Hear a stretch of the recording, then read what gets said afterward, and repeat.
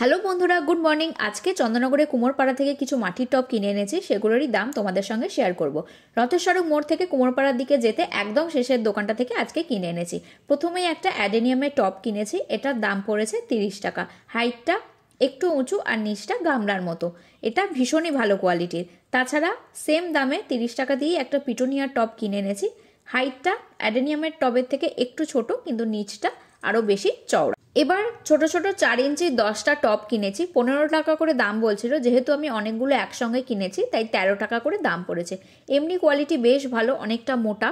আমি ছোট ছোট সাকুলেন্ট, ক্যাকটাস এই জাতীয় টবে করি।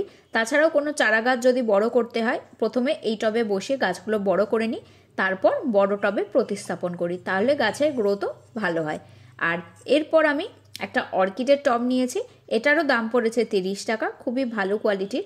আমার কাছে একটাই অর্কিডের গাছ আছে, একদম ছোট প্লাস্টিকের টবে, সেটা একটু বড় টবে প্রতিস্থাপন করব, তাই জন্য এই টবটাকে নিয়ে এসেছি।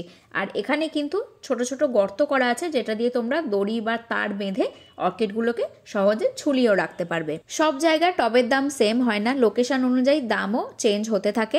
আমার এরিয়াতে আমি এরকম দামেই পাই আর ভালো কোয়ালিটির জিনিসটা পাই। আমার পক্ষে দূরে যাওয়া সম্ভব নয়, তাই আমি নিজের লোকেশনে যে ধরনের জিনিস পাই সেটাই তোমাদের সঙ্গে শেয়ার করি। আশা করি ভিডিওটা তোমাদের একটু হলেও আইডিয়া দেবে এখন কেমন কি দাম বাজারে চলছে। আজকের ভিডিওটা এখানেই শেষ করছি, পরের ভিডিওতে খুব তাড়াতাড়ি দেখা হবে।